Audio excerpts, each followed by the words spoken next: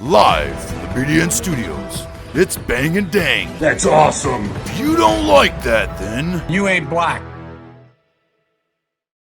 Welcome back to Outlaws, Gunslingers with your host Bang and Dang, and made it to another Mafia of the Month episode. about to see somebody get napped. He's about to get napped, probably second only to Anastasia, the most famous Napper? second most famous Mafia hit photo. Well, I don't know. There's a couple of them. The one guy who got napped at the restaurant with the scar still hanging out of his mouth is pretty famous too. But arguably one of the most famous pictures of a mob person getting whacked. Paul whack. Castellano, Everybody knows this guy. who succeeded Gambino and who was taken out by Gotti. But Hey, I mean, I'm surprised he made it this long. 11 years. That's what happens when you're still part of the old guard and the new guys come in. Yeah. From 76 until... He didn't get wrangled up in the old, the indictment of a lifetime thing that they did in the 80s? Was in the early 80s when they indicted like 100? the commission trial or whatever. Before we start this out, go check out our YouTube at Bang Dang Network, where we post shorts, clips, and exclusive Dart League, as well as full episodes. And if you're just listening on Spotify, Apple, give us a review, share it with your friends, and answer that Spotify question, or reverse. If you're listening on YouTube, go to Spotify and Apple. If you're listening on those guys, go to YouTube. Give us a subscription. Right. Paul Castellano, who succeeded Carlo Gambino as head of the Gambino crime family, ran the organization from 76 until his unsanctioned assassination, December 16th, Unsanctioned, huh? 1985. How the hell got to get away with that? Well, he was born in Bensonhurst, Brooklyn, New York, June 26, 1915. His parents, Giuseppe and Concetta Castellano, were both Italian immigrants, clearly. His father was a butcher and an early member of the Mangano crime family. His mom's name, her maiden name was Concetta Casada. Concetta Casada. Castellano. Concetta Nice. Castellano. Concetta Casada Castellano. His daddy was a butcher and an early member of the Mangano crime family, which was the forerunner of the said Gambino crime family. Right. Well, Castellano, he dropped out of high school in the 8th grade to learn butchering, and he started collecting numbers game receipts from his father. All right. Yeah, that's cool. 1934, in July, 19 years old, he was arrested for the first time in Hartford, Connecticut for robbing an haberdasher. Robbing a haberdasher. What's a haberdasher? Isn't it like a... It's like a street vendor? Store. Sewing, dressmaking, and knitting. Really? So it's a haberdashery. When he was arrested, he refused to identify his two accomplices to the Popo, and he served a 3-month prison sentence. By refusing to break the oath of omerta and cooperate with authorities, Castellano enhanced his reputation for mob loyalty. Yeah, like otherwise he would have been dead. It's like in Goodfellas. Right. It was like, man, I'm sorry for getting pinched. What do you mean? You didn't tell. Right. Castellano's sister, Catherine, she married one of their cousins, which is future mob boss Carlo Gambino. Yes, he did. That happened in 1932. I'll skip forward. 1937, Castellano married his childhood sweetheart, who was named Nina Mano. The couple had 3 sons and a daughter. Mano died in 1999. He was of no relation to actor Richard Castellano from The Godfather, despite claims made by Richard's wife after his death. Of course. Right. Castellano often signed his name as C. Paul Castellano because he hated his first name, Constantino. Right. His first name at birth has been cited as both Constantino and Costantino. Oh, okay. Costantino and Constantino. Okay. I mean, whatever. His name's Paul. Well, Castellano joined the Mangano family in 1940s and eventually became a capo regime, which is a captain, under Albert Anastasia, which he was the successor of the original boss, Vincent Mangano, which we all know. 1957, after Anastasia's moida and Gambino's elevation to boss, Castellano attended the abortive Appalachian meeting in Appalachian, New York. He was there? Yep.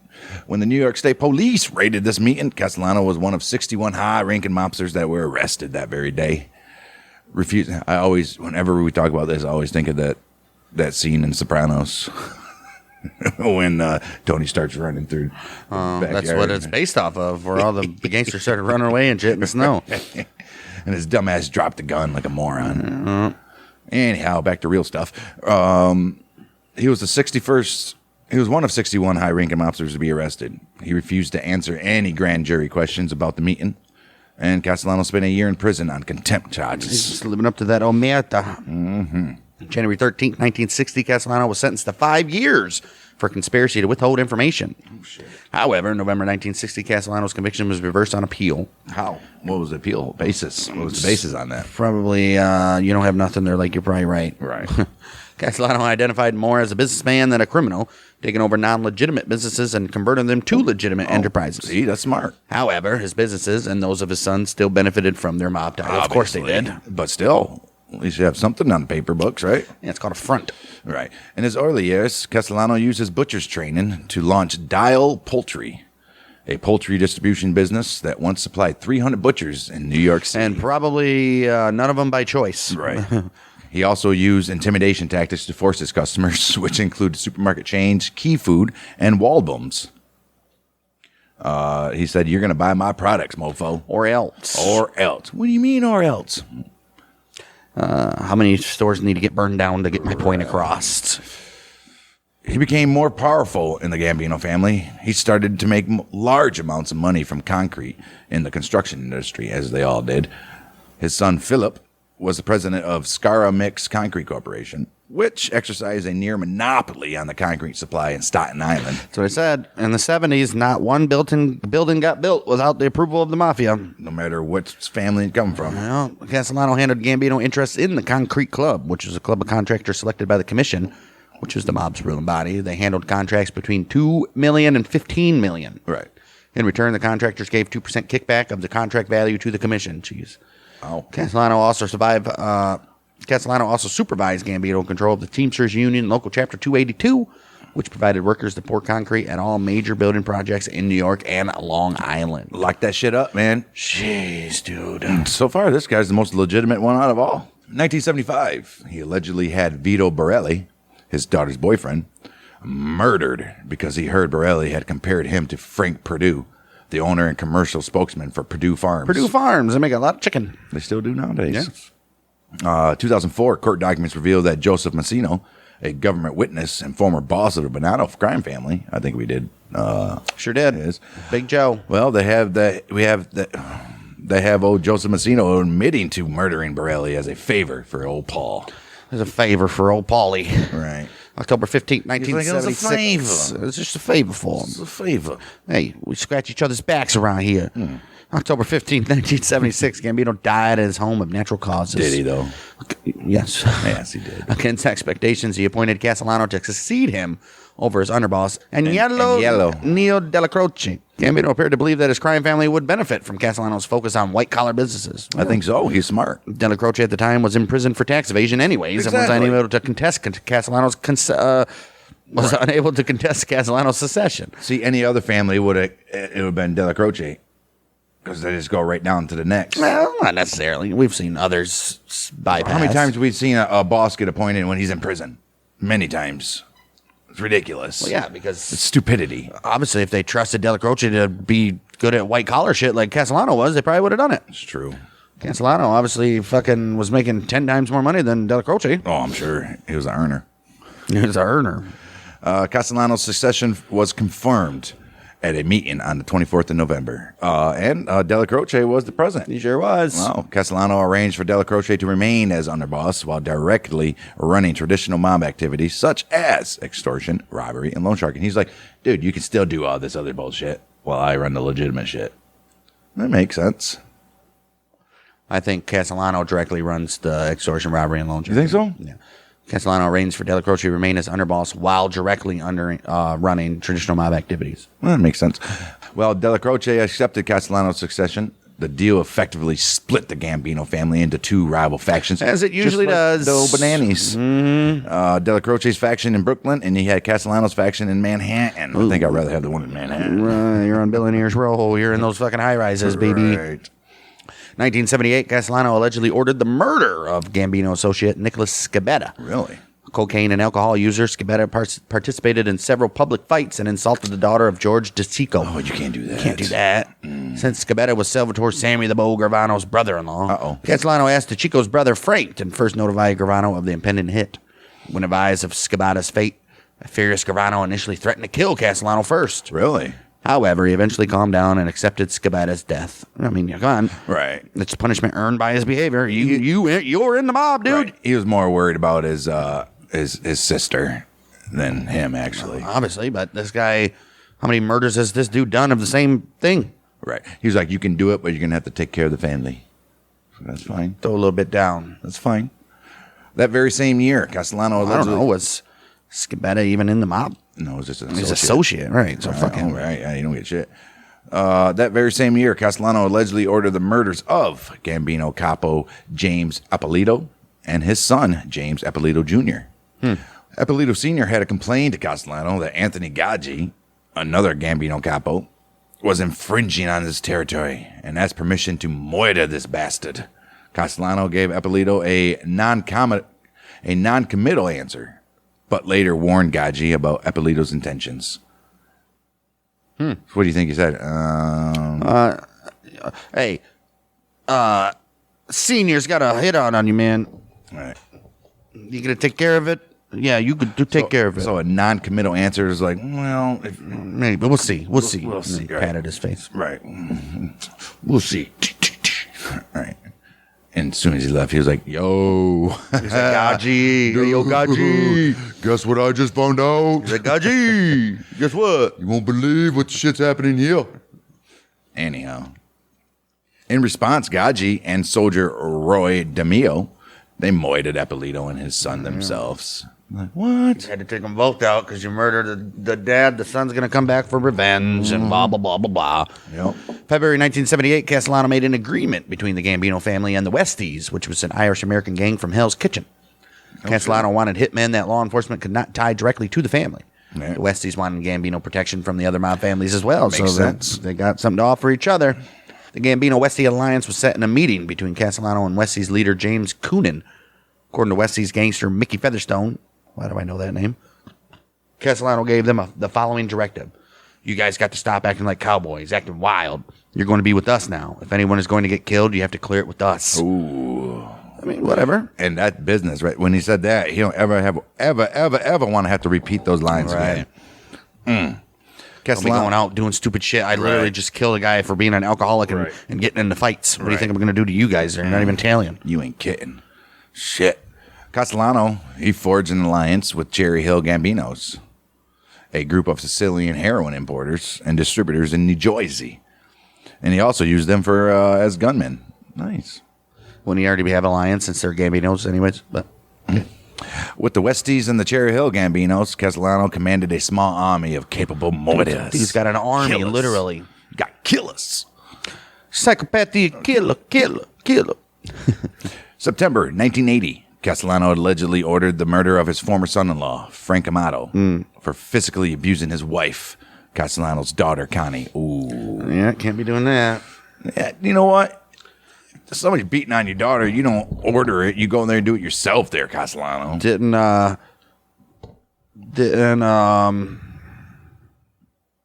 what's his name? Tony Montana murder his sister's husband for fucking beating on her too? And Yeah, there's, so you gotta do it yourself, man. There was a couple other.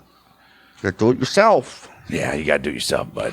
Well, according to FBI documents, DeMeo You murdered. can't beat on a mob boss's daughter. I don't give a fuck who you are. Right. Well, you can't. Right. Sister's Or different even. story. No, clearly not. Yeah, well, The guy that. they allowed it in The Sopranos. Well, he was going to kill him anyways, but she killed him first. So Right. there's that. According to FBI documents, DeMeo murdered Amato. DeMeo murdered Amato. Cut up his body. DeMeo Amato. DeMeo Amato. Cut his body up. Dispose of his remains at the sea. The following year, Purdue, who was the Purdue Farms guy, the alleged cause of the 1975 Borelli murder, approached Castellano for help in thwarting a unionization drive at a Purdue facility in Virginia. Oh, he's like, I can't have this shit. Right. However, according to Purdue, the two men never made a final agreement. Right. At the height of his power, Castellano built a lavish 17-room mansion on Ridgeline and Tot Hill on Staten Island. Really? Designed to resemble the White House in Washington, the mansion featured Carrara marble, an Olympic-sized swimming pool, and an English garden. Is there a picture of this? Ooh. I'd like to see this. Ooh. Castellano engaged in an affair with his live-in Colombian maid, Gloria Olarte. Well, why not? He also became a recluse and rarely ventured outside the mansion. Why would you? requiring his captains to visit the residence to give info and receive orders. Yeah, because ain't nobody breaking into that mansion and bugging it, that's for sure. When not entertaining guests, Castellano wore satin and silk dressing gowns. Satin, yeah. Right. And velvet slippers around the house. This dude was just Good for him. Hugh Hefner. Madonna. Right. John Gotti, a former protege of Dellacroce, became deeply dissatisfied with Castellano's leadership. He's like, look at this bum. Look at him. He's a freaking bum. A bum living in a $16 million mansion. Right. Gotti was so pissed off. He was like, look at this guy. Isolated. He don't leave his house. Dude's greedy as hell. Yeah, I mean, we're out here working and earning, and he ain't giving us our pay. Rich coming from Gotti. Right. Like other members of the family, he disliked Castellano on a personal level, feeling he lacked street credibility. He got no street cred with us. Never was on the streets putting in the work like we were. He wasn't. He was all that white-collar business bullshit. Gotti also had an economic interest. He had a long-running dispute with Castellano on the split Gotti took from the hijackings at the JFK International Airport. Castellano's kind of like a Stringer in The Wire. Don't know what that is. All right. People do, though. Yeah, nobody does. Everybody does. Most terrible show ever made. No. Furthermore, Gotti was rumored to be expanded into drug dealing, a lucrative trade Castellano had banned under the threat of death, even though he aligned with heroin dealers of the Cherry Hill Gambinos. Dumbass. Idiots. January 1983. Castellano allegedly ordered the murder of DeMeo. Come on, man. That's your guy. He was found shot to death in the trunk of his Cadillac. Oh, jeez. 2 months later, the FBI obtained a warrant to install secret listening devices in Castellano's mansion. Oh. Well. Waiting until he went on vacation to Florida, agent drugged his watchdogs, disabled his security system, and planted devices in the dining and living rooms. These devices provided law enforcement with a wealth of incriminating information on Castellano. Oh, shit. August 1983. Gambino members Angelo Ruggiero and Gene Gotti, they were arrested for dealing heroin, based primarily on recordings from a device in Ruggiero's house. Damn, these dudes, once that's happening, that sucks. Castellano demanded transcripts of the tapes, and when Ruggiero refused, he threatened to demote Gotti. How would he get transcripts of the tapes? Because I'm sure they probably gave them to him. Right. Refused, you threatened to demote Gotti. All right. Well, March 30th, 1984, Castellano was indicted on federal racketeering charges as well as extortion, drug trafficking, theft, prostitution, and the murders of Ippolito 1 and 2 and DeMeo. Oh. He was released $2 million bail. Castellano's legal challenges mounted in 1985. February 25th, he was one of many mob bosses arrested on the Mafia commission trial. Look at that shit. He was released on $3 million bail on that one. Dude. July 1st, he was indicted on loan sharking charges with tax evasion for not reporting the profits from an illegal racket. Well, how could you provoke? You can't report profits for something that's illegal. Can you give us any paperwork on that? He's like, I can't. Right. I'm sorry. He pleaded not guilty to that. November 4th, in a testimony from car thief Vito Arena, Castellano was named the head of the stolen car ring that employed him, as well as having been convicted or connected to 5 murders. Oh, shit. Stacking on him, huh? Dellacroce died of cancer, December 2nd, 1985, starting a chain of events that led to Castellano's murder 2 weeks later. Yep. Castellano's failure to attend Dellacroce's wake was taken as an insult by members of the Manhattan family. The Manhattan faction. The Manhattan faction is his faction. That was his faction. Right. Yeah. Then Castellano named Thomas Bilotti, a loyalist with little diplomatic skill, as the new underboss. Castellano also hinted that he planned to break up John Gotti's crew. John Gotti's getting a little bit too big. Gravano suggested killing both Castellano and Bilotti while they were eating breakfast at a diner. However, when the Chicos tipped Gotti off that he would be having a meeting with Castellano and several other mobsters at Manhattan's Sparks Steakhouse on the 16th of December, worst day in history of America, Gotti and the other conspirators decided to kill him then. Right? You might as well, right? Right. Well, Monday, December 16th, 1985, Bilotti drove Castellano to the prearranged early evening meeting at the steakhouse. Oh, shit. A hit team, which consisted of Salvatore Scala, Edward Lino, and John Carneglia, waited near their entrance. Positioned down the street were backup shooters Ruggiero, Dominic Bizzonia, and Tony Rampino. Oh, shit. Gotti and Gravano observed the scene from a car across the street. Oh, shit.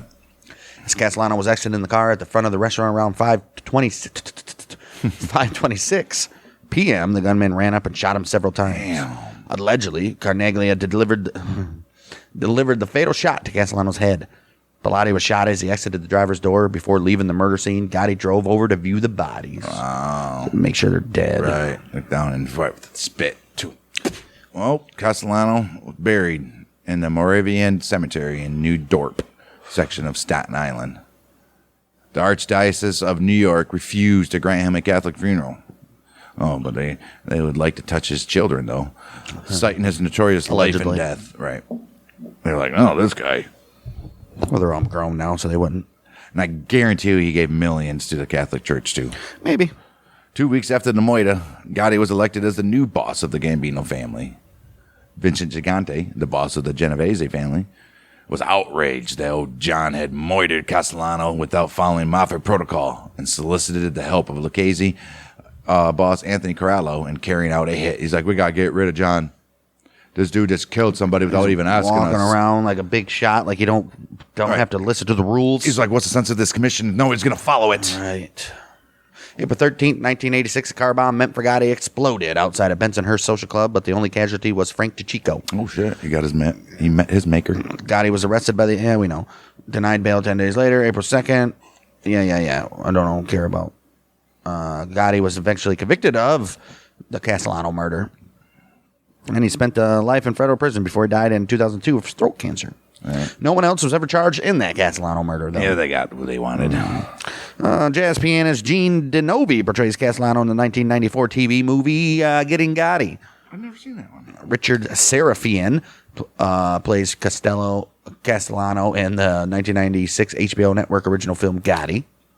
Abe Vigoda portrays Castellano in the NBC Network TV movie Witness to the Mob. Oh. Sam Coppola portrays Castellano in the 2001 Canadian-American movie The Big Heist. Chaz Palminteri portrays Castellano in Boss of Bosses, a 2001 film on the TNT network. Really? Donald John Volpinheim portrays Castellano in the biopic 2018 Gotti. Okay. Subject of the Fear City, New York versus the Mafia Netflix documentary. He is where Fear City, New York versus the Mafia is actually good. It's all. And also, John Travolta portrays John Gotti in the film Gotti. But we don't care about John Travolta. That was probably the best movie of all these ones. It wasn't. Fear City, New York versus the Mafia is good, though. All of the recordings that they gathered. Right. Good stuff. Right. Go check it out. Yeah, that's going to do it for Paul Castellano. Got as much off of him as we could. I mean, what are you going to get? It'll be almost 30 minutes, not quite, but what are you going to do? Like I said, there's not much information available on these guys. It's just going downhill fast in the 80s for the old mobsters. I mean, they regroup in the 90s, 2000s. Do they, though? They do. Not at the level they were, clearly. They're sons of bitches. They are. Well, coming up next week, we'll have the man of the hour of the Gambino crime family, which is John Gotti himself. Uh-oh, spaghetti-o. Which, we'll see everything you've already known about Gotti. There's been 300 documentaries on the guy. So, it should be a good one. And maybe we'll get some stuff nobody knew before. Probably not. But, hey, whatever. We're going to do it anyways. But that'll be next month, the beginning of March, which is our Mafia of the month. In the meantime, make sure you go checking out all of our other true crime stuff that we do in between. We got a lot of moitas. A lot of moitas from people that should still been in prison when the moitas took place. Stupid. As well as school shootings. Most recently, the Robb Elementary one. That what we do. Bullshit. What we do. The Wild West, incompetent sheriffs. Prohibition, incompetent FBI. Well, anything that involves the FBI, incompetent. Right. So far, these school shootings and these murders from these idiots, incompetent DOJ. It's just, why do we have law enforcement? I don't understand. I don't get it. Like they say, law enforcement's not there to prevent crime. Seriously. Right. That's true. I mean, one time, a law enforcement has prevented a major crime. Well, they're not even there to solve it either. Shit. Right. I mean, they're to screw everything up. Sad. YouTube at Bang Dang Network. Full episodes, shorts, clips, exclusive Dart League, as well as answer that question on Spotify. Leave us a review and share us with your friends. We'll be back next week for... I think we're probably going to do the Moida of Joey Fisher, who broke up with the girl, and then his mom didn't like that, so decided to get him back together. And when he refused, she hired a hitman to smoke him. With that being said, we'll be back for more Outlaws and Gunslingers. We'll see you next week. Where are the Mother Michiganders with? Bang, bang.